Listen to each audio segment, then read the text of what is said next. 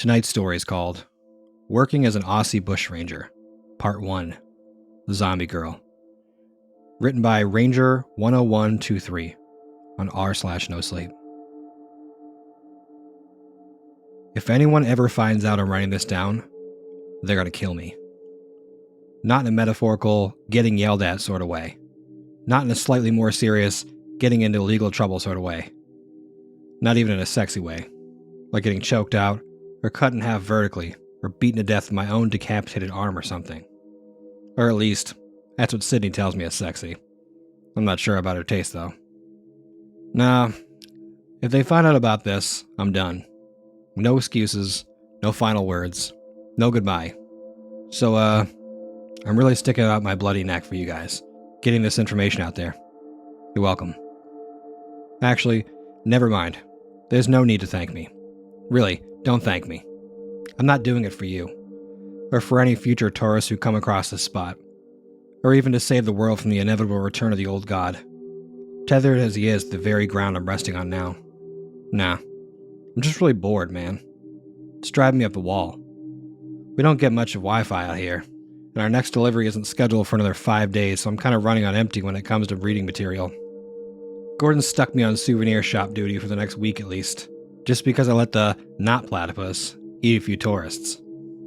He's insufferable, that guy is. On a total power trip just because he's the oldest and the smartest and the strongest and the most qualified and probably the best looking, objectively speaking. Look, point is, I'm bored, I'm young. My daddy issues are manifesting as urge to stick it to the boss, who in this case is actually my literal father, and also the entire Australian government, and who have poured their hearts and souls and billions of tax dollars into keeping this place under wraps, so I figured, why not undo some of that work? Write down a few of my experiences. Publish it next time I get a modicum of internet. Await my inevitable, subsequent death, as, at the very least, a long-awaited end to the humiliation that is saying, "G'day, mate," to every bloody tourist who walks through those bloody doors. So, if you're interested, stick around. I'll tell you a story. This happened about 5 days ago, assuming we didn't lose any time to the hot days. That happens sometimes. I don't know how it works in colder countries, but here in Australia, sometimes it gets hot. Like really hot. Like thongs melting and sticking to the asphalt hot. And it's worse here, of course. Everything is. A national park, about 3 hours of four-wheel driving out of the nearest town, middle of nowhere, Australia. I should probably describe the place. If you've ever been to the Australian bush, then you know what it looks like. On the surface, at least, it's not. Here's a quick crash course. Any color that once existed has long since been beaten out of our plants by centuries under a vengeful sun. It's a good hectares long in every direction, and always a single, careless smoker away from the devastating bushfires. And it's never quiet. If it's not a kookaburra crackling overhead, then it's the never-ending rasp of cicadas and crickets, or the rustle of a creature navigating the dry bush, just beyond the tree line. I may not sound too fond of my descriptions, but trust me, it's home. I can't imagine living anywhere else, and all this is managed by just a small team of park rangers, handpicked by the job by powers unknown. The government. It was the government. They're not slick. Which brings me back 5 days ago. Give or take a few memories stolen by the heat. I was on desk duty in the souvenir shop, as I've already established. It's a small wooden cabin by the driveway. The only way to access the park via the roads. We've got a few shelves of various what's-it and trinkets, like boxing kangaroos and I Love Australia shirts, but not many tourists survive long enough to actually buy anything on their way out, so I wasn't expecting much business. I had my head buried in a book, the last one before my stock ran dry, may it rest in peace. And honestly, barely noticed the car pull up and the woman enter the store until she was standing right in front of me. Assuming she was one of the endless stream of tourists, I looked up and gave her my most friendly customer service smile. "G'day, mate. Interested in a didgeridoo magnet, are you? Maybe a stuffed koala bear." She looked at the display of dusty magnets and moth-eaten stuffed animals that adorned the counter between us, then turned her gaze back to me and shook her head. "No thank you, but they're cute." She was obviously lying to me. There was literally a cockroach running across them as we spoke, but her accent was American, so I could tell she was just trying to be nice. "Okay," I said, and then returned to my book. Job done. It took me a few moments to realize she was still standing there, expecting something. Can I do something for you? She blinked. You're not expecting me? I blinked right back. I literally don't even know who you are. She flushed, and I realized too late that probably came off as rude. Before I could apologize, she was rambling. Oh, I'm sorry, I should have introduced myself. I'm Lizzy Grundy. I'm the new ranger. I was told you have an opening here. Sorry, I put in the application and got accepted and everything. I thought you'd be expecting me. Sorry. You apologize a lot, I said, before my brain caught up with everything she said and I narrowed my eyes at her. Wait, you're a new ranger? Why the hell would they hire you? That sounds rude, I get it. You probably noticed I had a habit of sounding rude without meaning to. I just don't have the greatest grasp on social interactions. But I really did mean it as more of a compliment of sorts. Like I said, this isn't exactly a normal park. We're not exactly normal rangers. They don't want us doing our jobs, running reports about the dead and missing, getting too near what passes as wildlife here, working for an urge to actually look after our forest rather than the want of a hefty paycheck. And this girl didn't exactly look the type to let weird shit slide. She was short, a few centimeters shorter than myself. Embarrassing to admit as a dude, but we can't all be Hemsworth. With dark skin and brown hair cut just above her shoulders, making a triangle with its volume. Her teeth were white, hair neatly done, clothes ironed, and, I shit you not, a pen was balanced between her right ear. She was probably a little older than me, about 22 or 23 maybe, and carried herself with the posture of a dancer, or anyone cursed to perpetually have a stick up their ass. Point is, she looked like the sort to use highlighters in her notes. To take notes in the first place. Definitely not the sort to let things slide. So why the hell would they hire her? And now, she was more flushed than ever. Excuse me, what's that supposed to mean? I decided a change of topic was in order.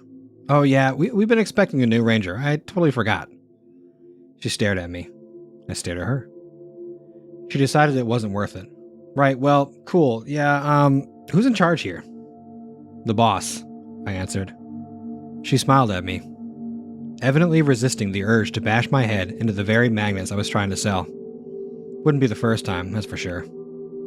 I'd guessed as much, she responded. But what's their name? Where's their office? I need to introduce myself. I shrugged. We just call him the boss. I didn't tell her where his office was. Not until she knew the rules. You don't enter the boss's office. Hell, if it's after dark, you don't even look at it. That's actually how the new ranger position was opened. The boss is hungry, and isn't a picky eater. So instead, I decided to send her where we all send our problems, to Gordon. Look, continue into the park, then go through the gate on the right. That's where our cabins are. Go to the one without any bloodstains on the door and find Gordon. He'll help you out. She didn't ask about the blood, probably being polite. I appreciated it. Instead, she just nodded slowly and moved towards the glass door that opened into the park. I called out after her as a last-minute thought. Oh, and watch out for the drop bears. They've been in a bad mood lately. She laughed.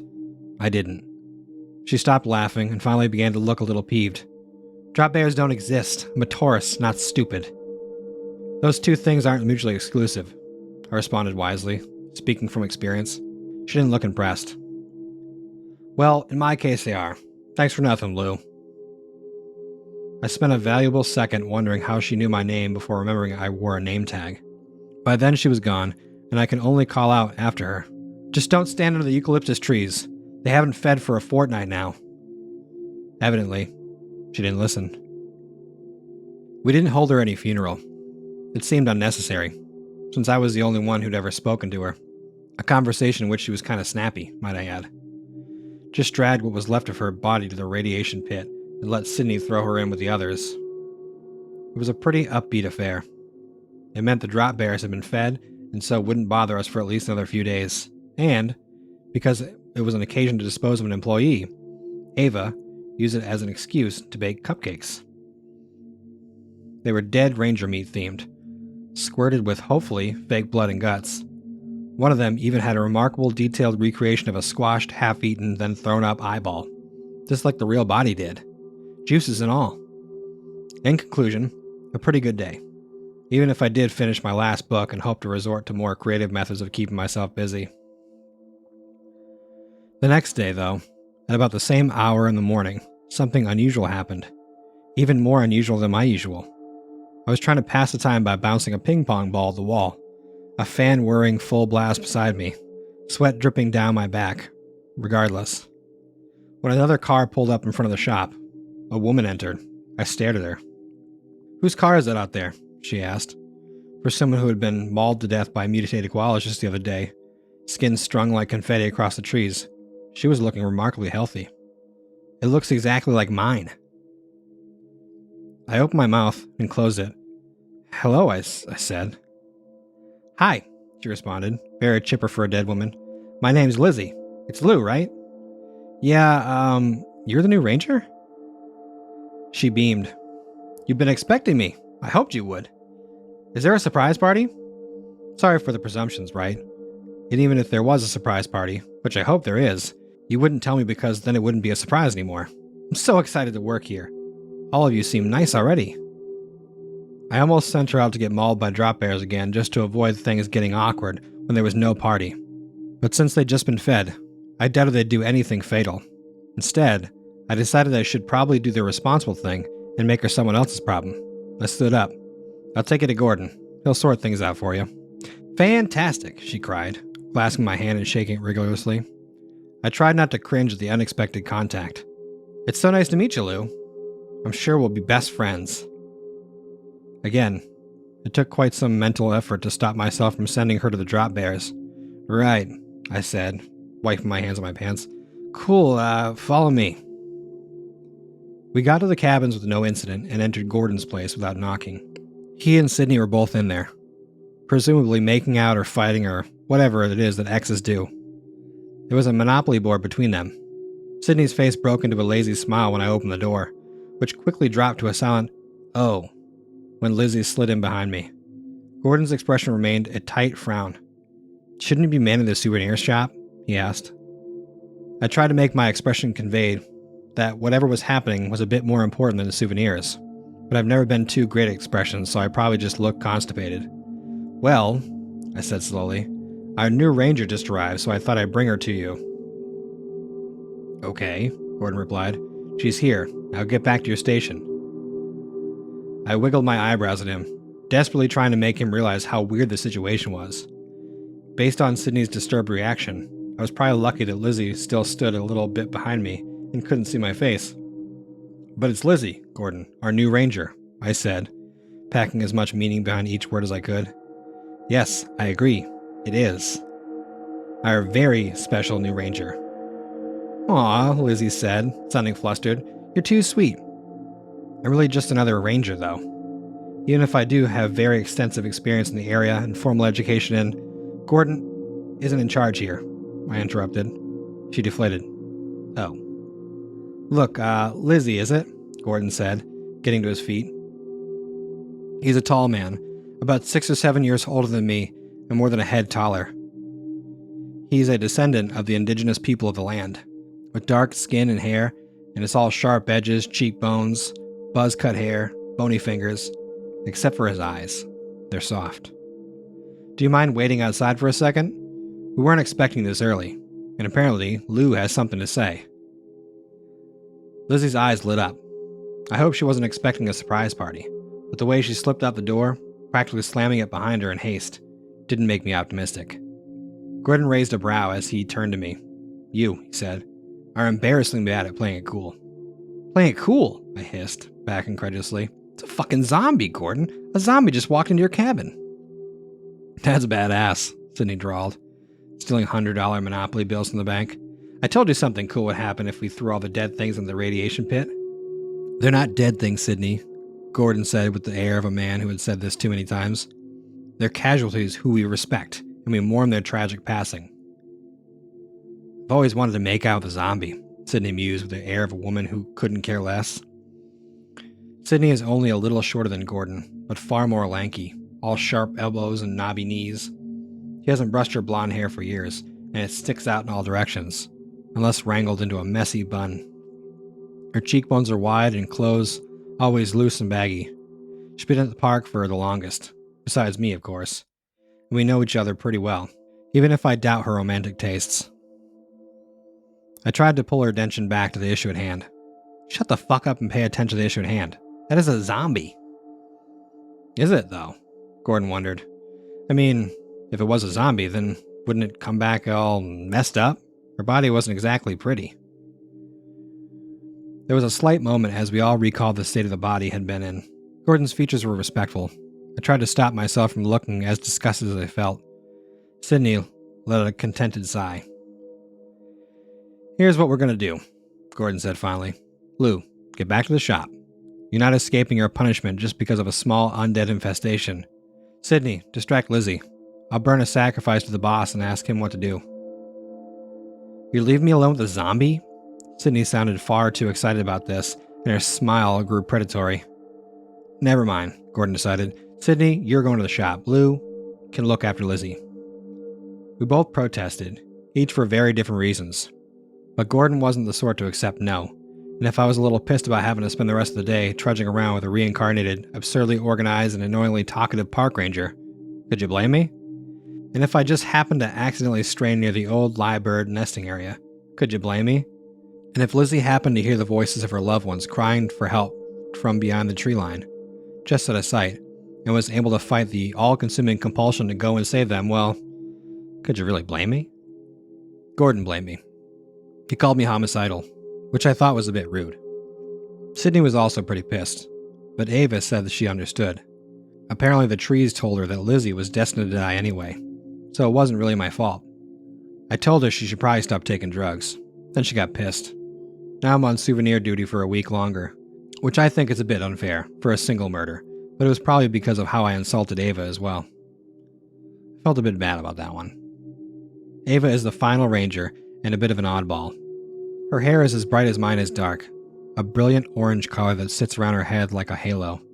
She wears a pointy hat and speaks to the trees, and she's the only one the drop bears don't hurt. I think the knot platypus likes her. She's probably the nicest of us all, even if she does have the highest kill count. All those poor children. That's a story for another day. I'll finish up this story first. Honestly, you can probably see where this is going, and I don't know why I keep trying to build suspense. The next morning I was in the shop, bored to the point of reenacting Titanic with the stuffed animals on the counter, when a car pulled up in front. I put down the animals with an exasperated sigh. A woman entered the store. Whose car is it out there? She asked. They both look exactly like mine. That was 3 days ago. We managed to keep her alive since then, which is a good thing because those cars out front are starting to pile up, and they all have the same plate number. That won't look good the next time the cops pay us a visit. She doesn't seem to remember anything about her first 2 appearances, and we're trying to keep it that way until we figure out what's going on. The boss has finally accepted our offerings to him, so Gordon's going to talk to him about it tomorrow, see what's happening.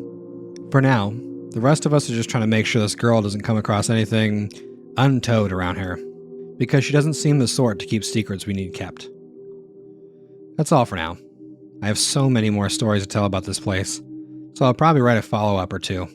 Tell you more about the knot platypus, or the radiation pit, or the cute bunny yip by the billabong, or Roger the red-backed spider, or the clones of the prime ministers that hunt small rodents and children at night, or maybe I'll keep you up to date with the Lizzy situation, or tell you why this place exists, who the boss is, who's keeping us under wraps. But that's all for another day. For now, good night.